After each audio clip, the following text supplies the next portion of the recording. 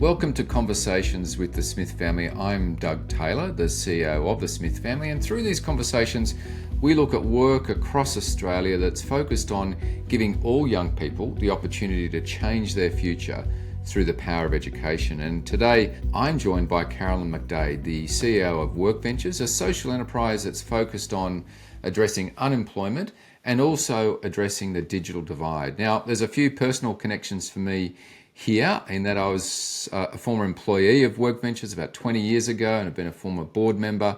And I'm also really honoured to be working with Caroline as the New South Wales co-chair of Anti-Poverty Week, which is a campaign that's focused on increasing the understanding of how people experience poverty in Australia today, as well as taking action. And the focus for this year is looking at financial security, access to appropriate housing, and ending child poverty, really important issues in our community. And we thought that we'd also take the opportunity to explore how people experience poverty today through new challenges and new issues, such as digital poverty. And we'll be drawing on research that we're doing and the work that we do together on the ground by helping young people and families be connected to the modern world. So welcome, Caroline. And as an organisation that's focused on education, the question that we always start with in these conversations is, what's been your most memorable education moment? Thanks, Doug, and thanks for having me. I am the daughter of two high school teachers, so education has been something that's been a constant throughout my life. Conversations around the dinner table were always, something about education. It could be funny, often unrepeatable things that kids said. Could be heartbreaking stories about students who were in tears because the school holidays were coming up and they had no free lunches or free breakfasts.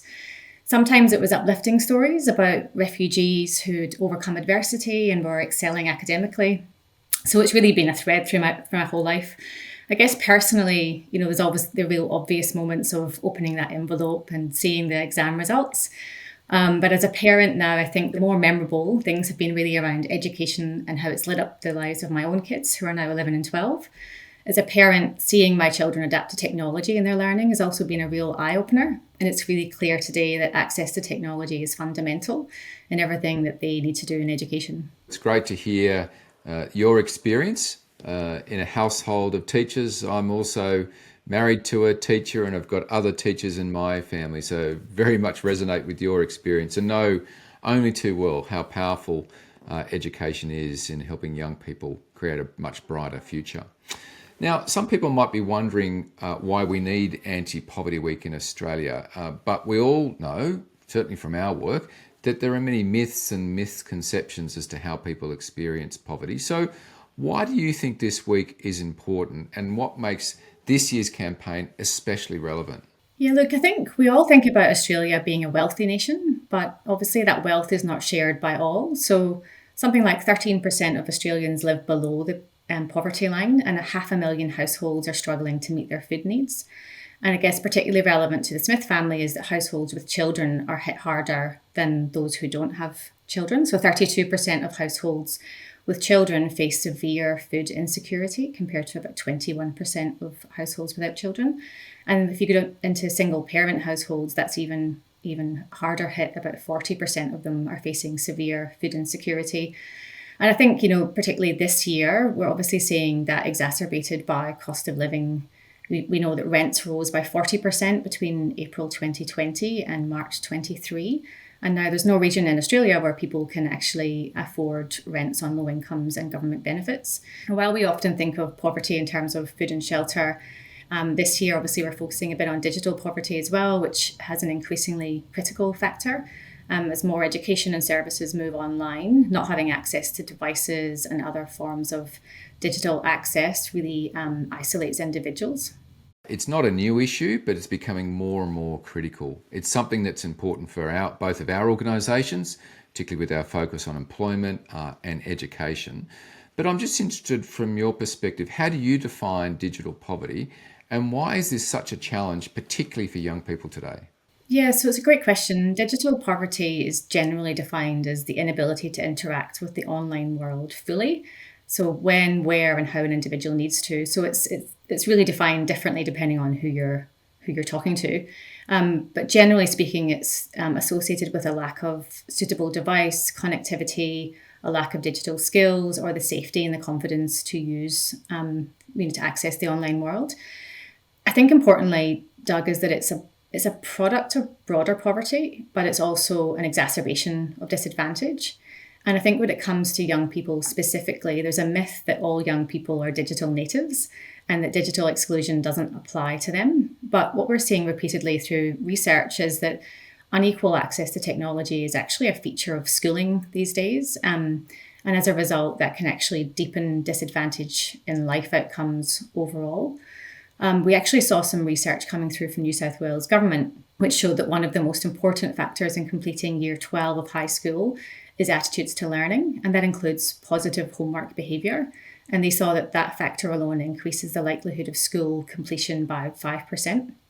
And some research that WorkVentures has conducted, which was supported pro bono by KPMG and published this year, showed that without an adequate access to a device at home, over 8 in 10 students reported challenges keeping up with homework. And on the flip side, when we provided them with a laptop, 83% of them reported that their educational outcomes actually improved. I think all this points to the fact that digital poverty is hindering academic performance, but not only that, it's a barrier to social mobility because, as we all know, digital literacy is it's a prerequisite for employment now. You need to have adequate technology skills to apply for jobs, to progress, progress in the careers beyond school. And thank you for those really important insights. It's kind of interesting that whilst we're talking about young people who are on the wrong side of the digital divide, we know that there are also many other young people who probably have too much access to technology, and hence the conversation about social media and excessive use of technology. The reality is, we look at the 67,000 students that we support at the Smith family, 1 in 3 of those young people go home every night to a household where there isn't a digitally connected laptop. So that has a huge impact on those young people today and into the future. So on that, what do we know about the long-term impacts of digital exclusion for young people? It's difficult to access long-term research in this space because it actually is evolving really rapidly. But I'll tell you what we do know. So the latest NAPLAN ICT report identified that 25% of Year 10 students and 40% of Year 6 students don't have access to a suitable device outside of school. So even if we assume the lower of that, 25% across all secondary school students in Australia, that equates to about 500,000 students who don't have access to a device outside of school. And as we talked about previously, students facing digital poverty are really challenged to keep up with homework. We know that homework behaviours results in increased likelihood of completing year 12. And we know that completing year 12 has a positive outcome on overall lifetime outcomes. And on top of all of this, the future job markets will demand digital skills. So it's really essential for preparing them for the workforce. It extends beyond education. It becomes central to all sectors, and not bridging that digital gap will deepen existing inequalities. So while we don't have longitudinal studies into the impact of digital poverty on students, there's a lot of data out there that tells us that not addressing digital poverty does have a really tangible impact on the lives of students. Whilst addressing digital poverty can be a real challenge, and there's certainly a lot of complexities and the like, there are a number of great initiatives. The work that you're doing is fantastic. Other partners of the Smith family, such as Optus with the terrific Donate Your Data program, are great initiatives, and there's terrific momentum around that work. I'm interested in what other initiatives you're seeing that are making a real difference in strengthening digital inclusion across our community. Yeah, it's really great to see that there is quite a bit of momentum in this space right now. So in addition to the Optus Donate Your Data programme, we're also seeing really great leadership from the federal government with the School Student Broadband Initiative. So it's providing free NBN internet to eligible families, and I think has reached over 17,000 homes as of last count, which is really fantastic. There's also a really growing body of research that tells us that digital inclusion interventions are really most successful when they're delivered via intermediaries who already have a trusted relationship with those who are digitally excluded. And so that's why it's so important that organisations like the Smith family, who already have really deep and trusted relationships with tens of thousands of families across Australia, have taken digital inclusion so seriously. And that's also the reason why WorkVentures works the way that we do. We adopt a model of working hand in hand with not-for-profits who have these trusted and deep relationships with the families or the individuals that are being supported, and providing digital inclusion coaching, devices and support. And what it does is it helps us to identify emerging needs, such as coaching for parents. So this is something that the Smith family identified as a need.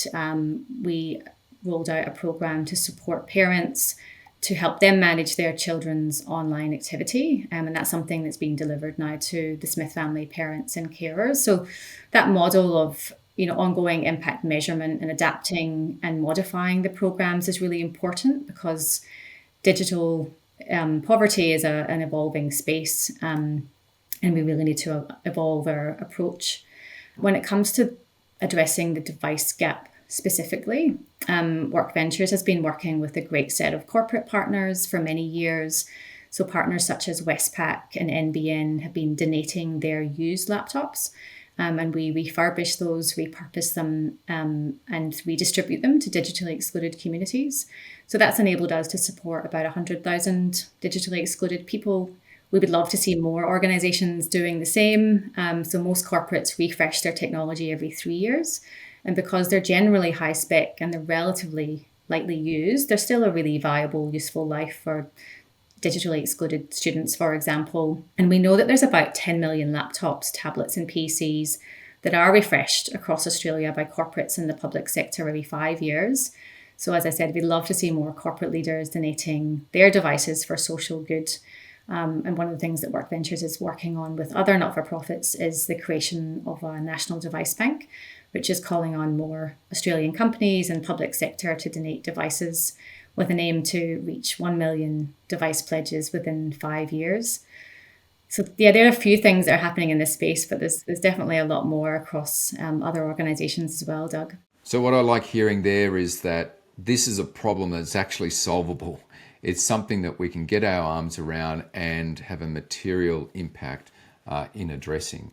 And it's great to see that those initiatives are underway. But stepping back and thinking about a kind of policy perspective, what kind of policy changes or broader societal shifts do you think are required for Australia going forward to really accelerate digital access? Well, it would be great to see some policy change around encouraging all companies and governments to donate at least a portion of their devices when they refresh.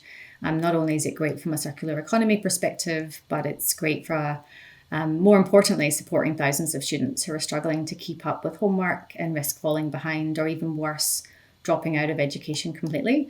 We are really encouraged to see New South Wales government is well progressed in creating a digital inclusion strategy that will address digital poverty. We'd love to see this across all states and also at a federal level to create a coordinated approach to address digital poverty. And as you mentioned, Doug, there is really a lot of momentum right now around the potential negative effects of technology on young people, but it would be great to see that same level of momentum and coordinated effort around the potential positive ways that technology can uplift outcomes for young people. So as we said in the introduction, it's Anti-Poverty Week, a really important week to help the wider community understand the reality of how people experience poverty today. If someone's listening and they want to know more, they want to get involved, or they want to take action on this really important issue, what can they do? So Anti-Poverty Week this year there's a national focus upon ending child poverty, which is obviously very closely aligned to the mission of the Smith family. So people can get involved by supporting the call to end child poverty. So there's some countries that have done this already, like New Zealand, Canada, and the United States have actually implemented legislation to reduce child poverty, which have actually resulted in child well-being improvements. So the ask from this year's Anti-Poverty Week is that Australia specifically legislates and end child poverty. and includes children as a priority in the Measuring What Matters National Wellbeing Framework. So Anti-Poverty Week is looking to get as many people as possible involved in this campaign, which can be as simple as pledging your support. I believe that there's also events which are on the Anti-Poverty website, located by location. So I think in the show notes, Doug, we were going to include some links around how people can pledge their support or attend those events in different states.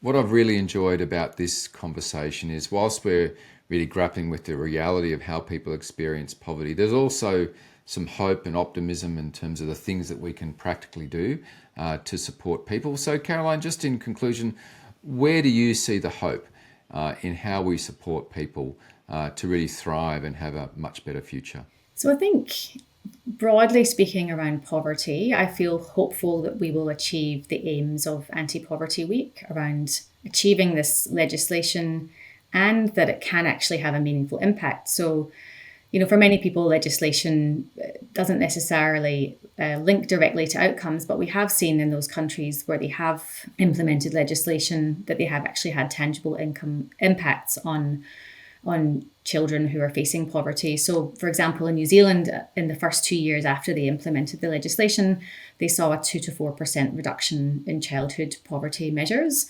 And in Canada, whilst child poverty rose in 1/3 of the high-income countries, they actually saw a 3% decline in childhood poverty. And even more pleasingly, they saw a 23% drop in childhood poverty in the 9 years to 2019.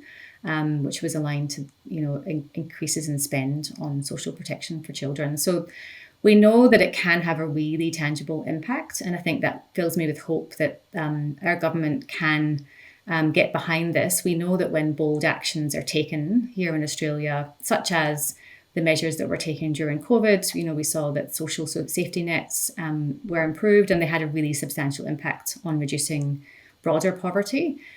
So we know that we can do it, and I think I'm feeling hopeful that will happen. I think more broadly in relation to digital poverty, I think we're seeing really great momentum around this. Obviously, the Smith family are taking the charge and really leading with programs like Learning for Life and having a really tangible impact with those programs. And more broadly, organisations and governments are really committing to eradicating digital poverty. And I think we can start to see that having impacts on students and particularly ensuring that every student can thrive regardless of their background. Thanks so much, Caroline, for joining us for this conversation today. Thanks for having me. And if you'd like to know more about the great work of WorkVentures, jump onto their website, workventures.com.au, and think about how you and your organisation might be able to support them. But if you'd also like to know more about how we're working together to ensure that more of our students at the Smith family are digitally connected at home, jump onto our website, thesmithfamily.com.au, and learn about our Digital Learning Essentials program.